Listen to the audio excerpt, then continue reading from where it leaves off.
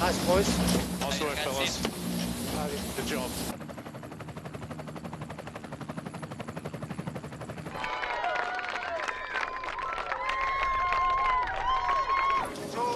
Clear. We go.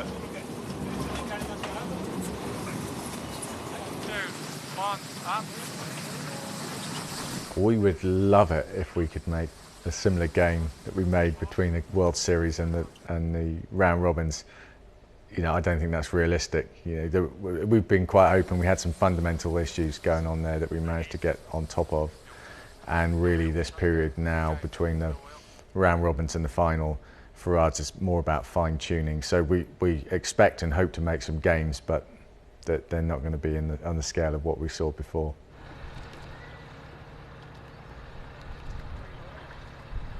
Well, the earlier big jumps in performance that we had came from some fundamental issues that, the boat wasn't performing anywhere near its design optimum for a couple of key reasons.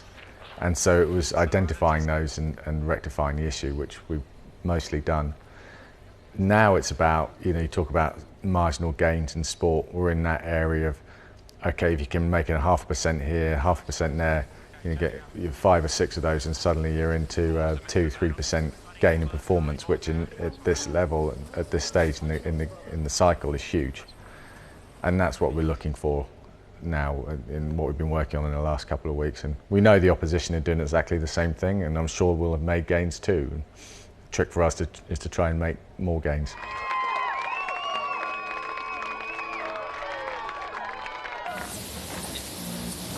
Nice, lads. We have been working in all the areas, and of course also our technique in the sailing team and also the roles has been developed a little bit. We worked a lot on the strategic and tactic side, and my role has been a little bit more into it. What I do now is of course first main trimming and looking at the performance of the boat, but also trying to give Keiko and Jimmy what they need to take the decision. Basically, we've tried to keep the same pace that we had before the semi-final. We saw that was the way to go, and so we pushed really hard to keep improving all these aspects. And of course, looking into the final, we know it will be very tough racing, very close racing between the boats. So we did a lot of maneuvering also against our rip. That is also a tough, a tough opponent. I think for sure will be tough to beat them. Will be also a long series. 7 races to win is not super easy for anybody. Okay, good there. Nice. There you go, mate.